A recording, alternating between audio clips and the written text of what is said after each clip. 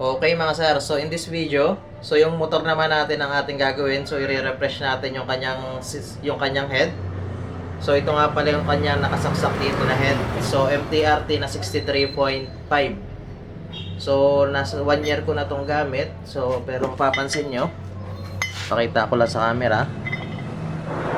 So yan, napakakinis pa ng loob niyan. Yan. Pati yung piston niya, yan, goods pa rin. So yan. Ayan. So, ang naging issue kasi nito, so umingay yung kanyang makina. So, akala natin nung una, tensioner lang. So, check natin yung kanyang tensioner. So, okay pa naman. So, makita ko lang. Ayan. So, ito yung kanyang tensioner. So, buo pa. So, kaya nagdesisyon ako na ibaba na yung makina niya para ma-check ko na rin yung ibang parts niya. Mas madali kasi mag-check ng makina kung kanyang makina kung nakababa sa chassis. Okay? So, ayan. And then, nung binaba na natin siya, so binuksan ko na yung kanyang head. So nakita ko yung kanyang problema. So ito. Yeah. So ito yung naging problema niya, yung kanyang camshaft bearing. So yan, so papapansin nyo, so pakita ko lang sa camera. Yan, no? Napakalaki na ng play niya. Yan. So medyo magaspang na rin pati. And then yung camshaft niya rin, yung mismong camshaft niya rin may tama na. So, di ko lang sure kung makikita sa camera. So, itong mismong camshaft, so may tama na rin yan ito. So, mapapansin nyo dito sa part na to. So, may uka na siya. Hindi na pantay yung kanyang surface. Yan. So, uka na tong part na to. So, kaya papalitan na talaga natin itong kanyang camshaft. So, ito yung problema niya, kaya siya umiingay. Yan.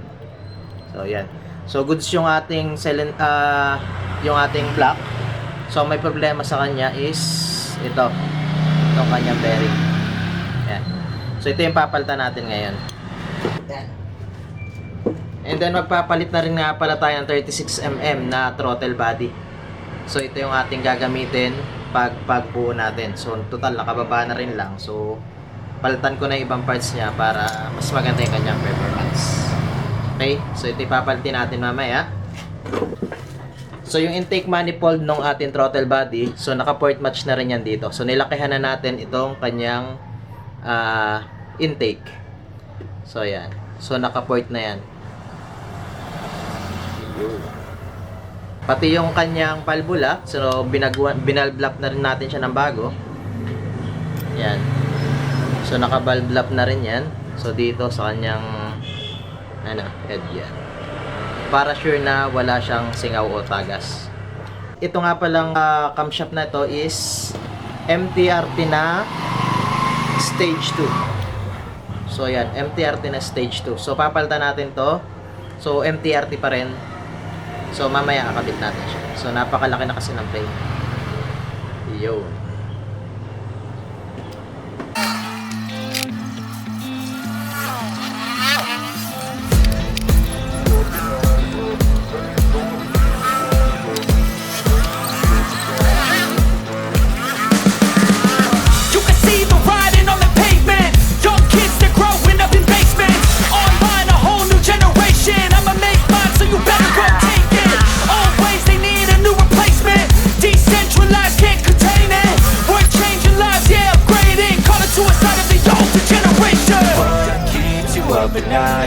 Make all the demons quiet, yeah. We were built to thrive, yeah. I think that we've all had enough. Keeps you up at night, yeah.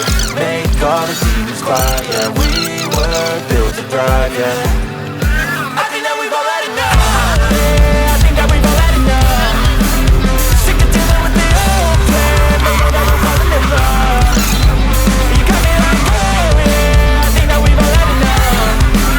Sick of dealing with the old plan, they know that we're calling it love. Hey, it's too late to try to go contain it. A generation fueled by creation. We live lives on a small screen nation. We control the airwaves, no negotiation. I refuse to think we need saving. Something good will come from creation. And when we think that the world is too anxious, we'll adapt, evolve, survive, and save it. What keeps you up at night, yeah. Make all the demons fight, yeah. We were built to thrive, yeah. I think that we've all had enough. What keeps you up at night, yeah? Make all the demons quiet, yeah. We were. Okay, so specs muna tayo mga sir. So, head nito MTRT na camshaft, and then MTRT valve spring, and then naka port match na rin yan sa intake tsaka exhaust. Yan.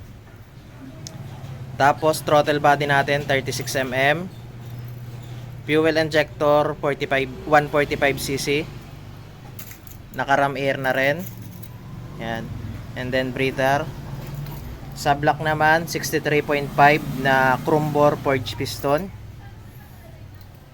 And then panggilid natin JBT sa pulley set. Sa likod stock yung torque drive natin. Sun Racing na clutch lining assembly, tapos yung ating bell ay JBT. And then JBT version 3.5 na pipe. So yun lang ang specs naman nito. Stock stroke tayo, so stock yung ating crankshaft.